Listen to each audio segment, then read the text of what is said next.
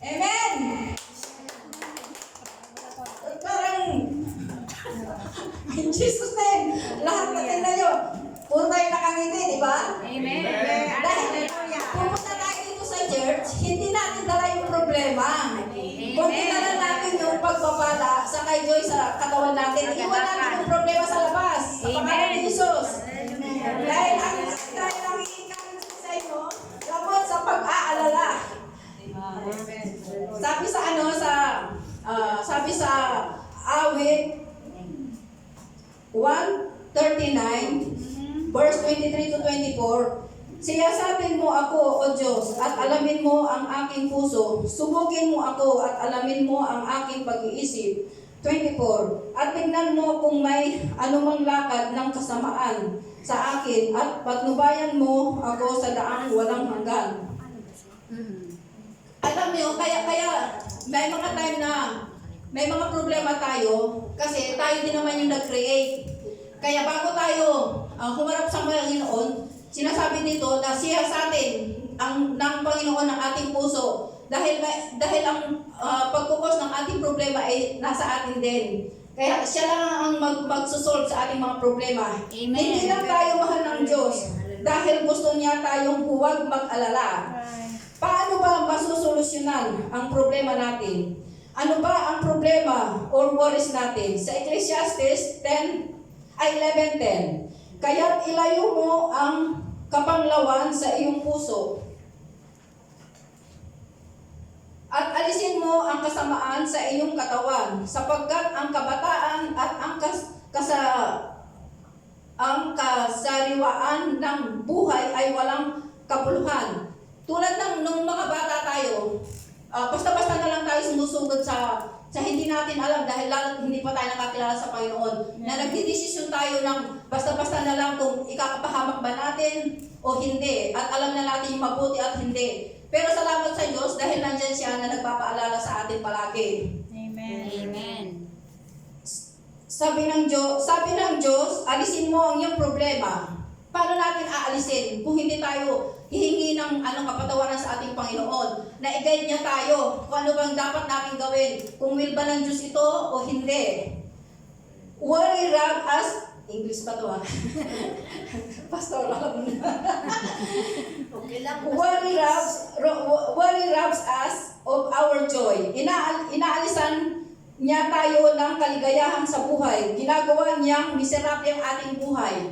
Di ba totoo na ang worries ay hindi gawa ng Diyos? Ang gusto ng Panginoon ay maging mapayapa tayo. Saka alisin natin yung kapanglawan sa ating puso. At kung nararamdaman nyo na nalulungkot kayo at dahil sa problema nyo, iwaksin nyo kagad yan dahil ayaw ng Panginoon. Dahil the more na nag-isip tayo, the more na pumupunta ang kaaway sa atin. Kasi kailangan natin ng isang kapatid na mapagsabihan ng problema natin, yung godly friend, hindi yung worldly friend. Kasi once na godly friend, advice ka ng mabuti, ilalayo ka niya sa kasamaan. At kung worldly friend, yayayain ka uminom, yayayain ka kung saan-saan. Yun po yung gusto ng Diyos. Sabi sa Romans 15:13, may the Lord of hope fill you with all joy and peace as you trust in Him, so that you may overflow with hope by the power of the Holy Spirit. Gaya na lang sabi nakuha ko lang to, sabi ni David, today is tomorrow, parang gulo to, today is the tomorrow that you were worried about yesterday. And often our worries about tomorrow robs us of the joy and blessing. Minsan, pinoproblema na natin yung hindi pa dumarating at namumroblema tayo na hindi pa dapat. Kaya nawawalan tayo ng joy sa ating sarili dahil ina-advance na natin yung mga plano natin. Dapat ngayon muna natin isipin kung ano yung dapat natin gawin. Amen. Ang Panginoon ay gusto niyang ipa-experience yung ngayon na kaligayahan, hindi bukas o kahapon. Gusto niya yung ngayon. Kasi once na inisip mo na kung halimbawa, kagaya ko, nag-worry, ngayon inisip ko, baka bayaran ba ng kapatid ko yung bahay ulit o hindi. Kaya sabi ko, pinapasa Diyos ko na lang.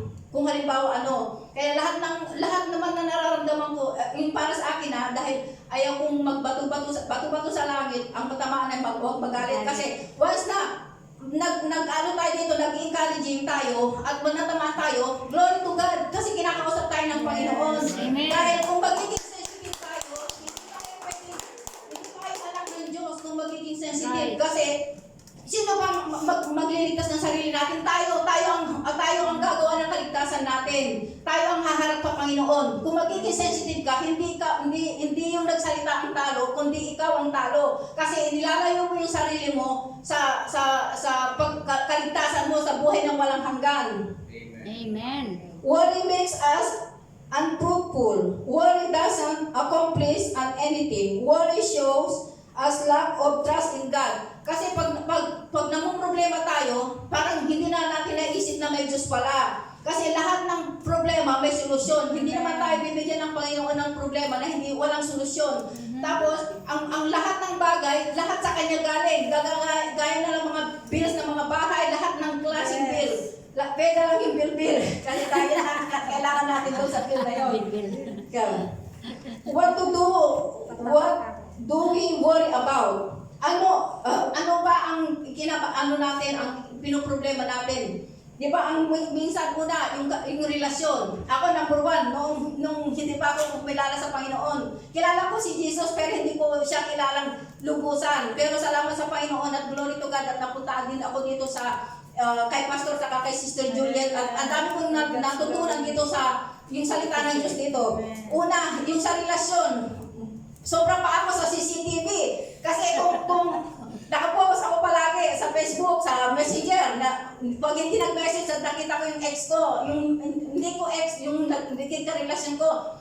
Sabi ko, hindi mo lang siya nag-message, saka hindi ko pa man din siya nakikita, nakikreate na yung kasalanan sa utak ko. Dahil siyempre kagaya niya, nag-worried ako dahil hindi ko iniisip na may Diyos pala na hindi ko siya makita pero ang Diyos nakatingin sa kanya.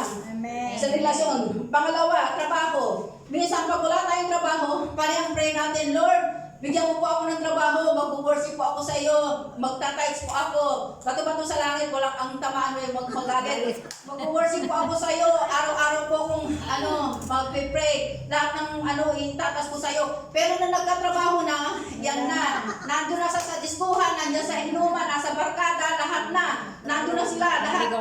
Puro working na lang, nakalimutan niya na yung pangako sa Diyos. Ang Panginoon, once na nangako ka, may isang salita ang Panginoon, pero ang tao, laging bagsak ang mga pangako nila. Kaya matakot tayo sa Panginoon. Huwag sa demonyo, kasi ang demonyo ginagamit lang tayo dahil ang demonyo ay pinadadama lang niya tayo na lahat ng pera, sige, sabi nga doon sa Matthew na sinubok niya ang Panginoon na sambahin lang siya at ibibigay niya lahat. Bakit? Sino bang nag-create ng mundo? Ang langit at lupa, di ba ang Panginoon? Bakit ka maniniwala sa demonyong yon na ibibigay sa iyo lahat? Padadamahin yung pera mo, pero nasan ka? Nilalayo ka na niya sa Panginoon. Pangatlo, gaya na lang ng malayo, yung sa relasyon naman, yung relasyon natin sa ating mga anak, sa ating pamilya. Gaya na lang ng malayo tayo sa pamilya natin o sa kaibigan natin, lalo na kapag may karamdaman ang mga mahal natin sa buhay. Wala tayong magagawa kundi pag-pray natin sila. Sa Diyos, dahil ang Diyos ay omnipresent. Dahil ang Diyos ay kahit saan nandun siya. Tayo, ang magagawa lang natin, ipagkaloob natin sa Panginoon ang kagalingan ng ating mga kaibigan o ating mga mahal sa buhay. Dahil wala tayong magagawa, kundi ipag-pray natin, ibigay natin sa Panginoon. At dahil ang Diyos ay nandun siya kahit saan man tayo pumunta, kahit na nasa dilim tayo, nandun siya.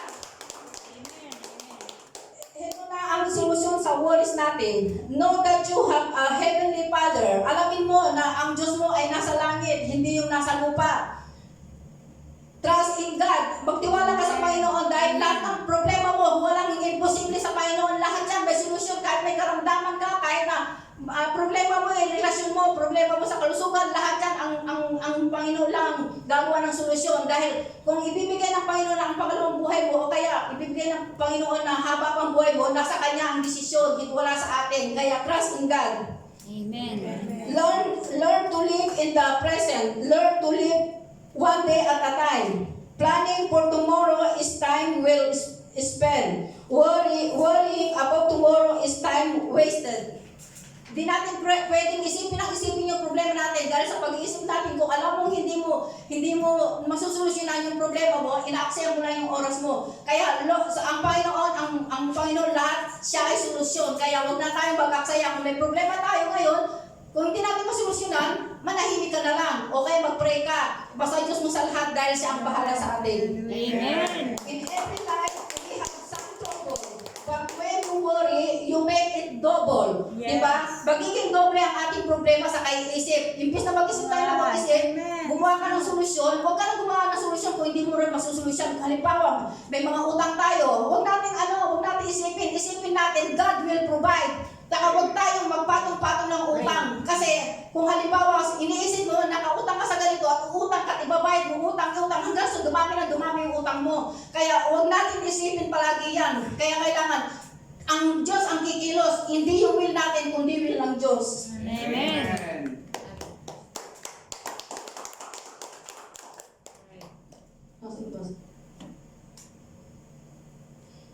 Kaya don't worry, be happy. Huwag tayong di ba? Itong sinabi ko don't worry, be happy. Yung mga na yan, kahit na wala tayo sa dental, kahit na hindi maganda mga ngipin natin, ngiti tayo kahit bungal Yes, tayo. right. Ngiti tayo. Gumita tayo kahit hindi maganda ang ngipin natin, kahit pustiso, kahit bungal, ngiti. Dahil yan ang gusto ng Panginoon. Amen. Pray about it. Magdasal tayo. Panalangin kung pustis pa, magpray panalangin na magtumubo pang ngipin mo. Panalangin mo, gumanda ang ngiti mo, di ba? Amen. Saka kung wala kang pambayad sa bahay, huwag ka mag-alala, God will provide. Kung wala kang pambayad talaga, lumayas ka na lang sa bahay, di ba? Yun lang solusyon. Solusyon na godly yun. Dahil kaysa naman yung makaisip ko ng hindi maganda na iniisip mo, lumipat ka sa mas murang bahay, di ba? Amen. Fill your mind with God thought. Yan, kunin mo daw ng makayos yung utak mo, hindi yung makamundo na yung nabigo ka. Kaway, isipin mo, hindi na ako mahal ganito. Si Pedro sumama sa ibang babae. Hindi! Huwag kang mag-stay sa bahay mo at huwag mong isipin kung ano yung dahil ikaw, niloloko ka lang ng boyfriend mo. Kung halimbawa niloloko ka niya, mag-focus ka sa Panginoon dahil ang Panginoon siya ang magmamahal sa'yo. Hindi kung sino man. Be positive always. Grow in the fruit of Spirit. Gaya ng saya, love, lahat ng fruit of Spirit. Kaya ang Panginoon, hindi niya tayo, pag nasa Diyos tayo, nandyan lahat, makuha mo lahat ng, espiritu ng fruit of Spirit. Kasi once na nalulungkot ka, tapos sabihin mo sa isip mo, hindi ako mahaligan nito, hindi ako pinansiligan nito, wala kang joy. Sinisira mo lang yung yung araw mo, sinisira mo yung oras mo para mag-isip ng kung ano-ano na maging ka. I-overflow mo sa salita ng Diyos ang puso mo. Kaya magbasa tayo ng Bible. Ako sa totoo lang, si Mother, challenge niya ako. Sabi ko, 3 days kaya ako nag-iisip. Nag-iisip ako, sabi ko, parang ayaw ko hindi. Sabi ko, utos ng Lord to. Sabi ko, hindi pwedeng, hindi ko pwedeng ito, hindi ko pwedeng balik-balik ito. May isang pastor kasi pinapanood. Kasi takot ako magpaliwanag eh. Nililita ko ng Panginoon, takot ako. Ano bang meaning nito? Tapos gabi-gabi ko binabasa, nilireview ko. Sabi ko, Lord, mauna ka. Ikaw ay tago mo sa inyong likuran. Sabi ko, huwag silang gumawa ng ka-distraction na maidilito ko lang maayos itong gusto mong ipasabi sa amin. Sabi ko, tapos overflow puso mo para hindi ka mag-worries. Kawikaan 17:22, ang pagkamasayahin ay mabuti sa katawan at ang malungkutin unti-unting mamamatay. Gusto niyo ba 'yon? Ang